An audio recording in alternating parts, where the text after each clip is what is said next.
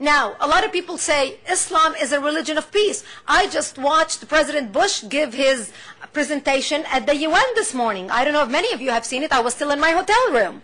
And he was talking about how few radicals have hijacked the religion and are twisting the religion. You know, President Bush, sadly, is not only inarticulate, but ignorant. And that is a problem. That is a problem. As much as I commend him for instituting laws since September 11th to protect the country, I believe his political correctness is getting us in trouble. I believe we need the moral clarity and the courage to stand up in this country and be counted and speak the truth. If the most powerful man in America is afraid to speak the truth, who else is going to do it? He doesn't have to lie, but he doesn't have to say Islam is a religion of peace. There are other ways to deliver a message without empowering our enemy. And a lot of people say, well, Islam is a religion of peace. And you hear talking heads on television tell you, well, here are those verses in the Quran that are very peaceful. And yes, in the beginning of the Quran, remember how I told you Muhammad was trying to appeal to the Jews to accept him? And he borrowed a lot from the Christian Bible, the Jewish Bible? Well, when they did not accept him, he turned violent against them. So we see a transformation in the verses of the Quran. The earlier verses in the Quran coming out of Muhammad were peaceful about the people of the book. And when they refused to accept him after the year of the Hijrah, when he immigrated to Medina, this is when all the violent verses in the Quran started appearing. And in Islam, there is the law of abrogation, and nasakh wal mansukh. If there are two verses in the Quran contradicting each other, the latter verse wipes off the first verse, and the latter verse is the verse to be followed. It is called the law of abrogation. Anyone who has any remote knowledge of Islam, you don't have to be a scholar. All you need to study is a little bit about Islam. You'll learn about that very easy. It is very clear. And this is why when the radicals and the moderates get into a debate about Islam and the radicalism of Islam, the radicals always win the debate because the Quran, the law is on their side, while the moderates sit there and look at the radicals without knowing what to say. So, we are seeing now the rising of Islamo-Nazism all throughout the world. We are seeing now the same signs that we witnessed before World War II with Hitler raising a new generation of youth Nazis. We are seeing that happen in Islam right now. And this beginning to happen with funding from Saudi Arabia and from the Arab Gulf state. With the rise of oil revenues and profits, they are building these madrasas, and of course Saudi Arabia is leading the path, funding these madrasas, Islamic radical madrasas, all across the globe. Not only in Hamas in Gaza, not only in Lebanon, not only in Syria, not only in Iraq, not only in Pakistan or Iran, but all across the globe. There are Islamic Saudi-funded madrasas in 19 world capitals, including Washington, D.C. We in the United States have 225 registered Islamic madrasas operating in the United States, teaching 50,000 American Muslim students annually, with books provided by the government of Saudi Arabia. So what we are seeing is this brainwashing of the youth. And we have already seen what the result of that after what we witnessed, what happened in the Palestinian territories since 1993. We now see a new generation of Palestinians who live to die fi sabilillah, in the path of Allah, in order for them to become martyrs killing infidels. Look at what's happening in Lebanon with the election of Hezbollah. Look what's happening in Hamas with the election of Hezbollah. These are not only few radicals operating independently. These are terrorist organizations democratically elected by the majority in their countries. If elections were held today in Egypt, the Muslim Brotherhood will win the election hands down. If elections were held today in Jordan, the Muslim Brotherhood as well will win hands down, including Hamas. King Abdullah of Jordan has only 2% approval.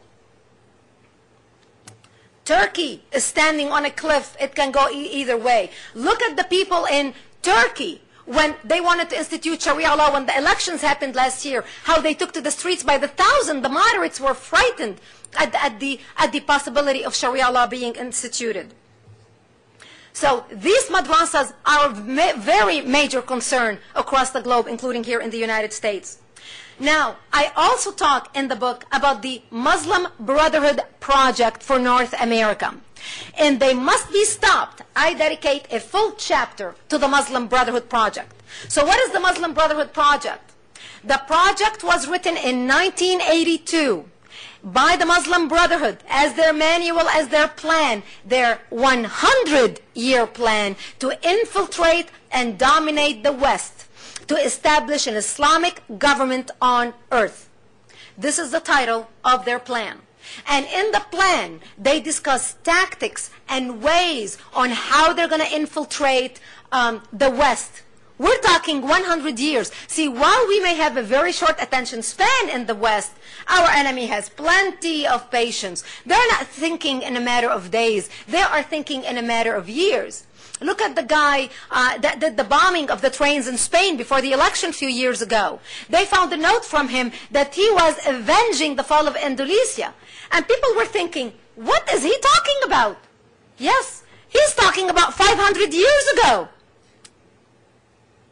That's exactly what he was talking about. Well, we think in a matter of years, 3 years. They're thinking 100 years, 300 years, 500 years. Remember, Islam ruled the earth for 1400 centuries. The Islamic Empire ended less than 100 years ago. Our attention span is this short. So in the Muslim Brotherhood Project, what makes it very, very concerning and very, very worrisome is they not only talk about a military jihad, where we already know they are trying to bomb us, they are trying to kill us, commit suicide bombing all around the world. They're talking about a cultural jihad and a cultural invasion, working hand in hand, militarily and culturally. And all you have to do is look at Europe for the last 30 years. Europe has morphed from Europe into Eurabia. Look what happened in Europe just this past week. The institution of Sharia law as the Islamic law, parallel legal system governing Muslims in Britain, operating parallel to the British law. So the Muslim Brotherhood gives tactics as to how to infiltrate. They talk about maintaining the appearance of moderation, establishing Islamic organizations, charitable organizations, non-profit organizations, while working and raising money in the West to support the cause, back the Islamic cause of jihad around the world. They talk about building schools, building hospitals to infiltrate communities. They talk about putting up elected officials, infiltrating, appointing Muslims into positions of government, schools, public and civic organizations, so they can influence opinion and have voting voices. They give a detailed account on how to infiltrate. Work with progressive organizations who feel with you about your goal, the end goal. And sometimes when you look at how the ACLU is working with CARE, the Council on American Islamic Relations, you scratch your head and you think, how could these two organizations have possibly anything in common? One is very liberal, pro-gay marriage, pro-abortion, pro-women's right.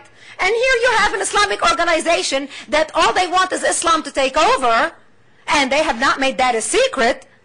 And then under Sharia law and Islam, gays should be killed, women should be beaten and raped. A woman is a man's property. Why waste an education on a woman? A woman can be married, or a girl could be married at the age of 9. After all, Prophet Muhammad married the girl at the age of 6 and consummated the marriage at the age of 9.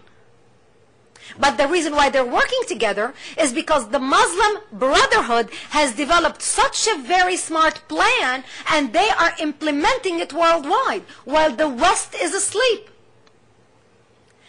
What happened in Europe with last week Sharia law being implemented did not happen overnight. You don't all of a sudden prepare a nation overnight to say, okay, we're going to accept Sharia law. We're going to accept that British girls born as British citizens can get married at the age of 9 years old, and we won't consider that pedophilia or child molestation. You don't get to that point by just, well, we planned it for a year.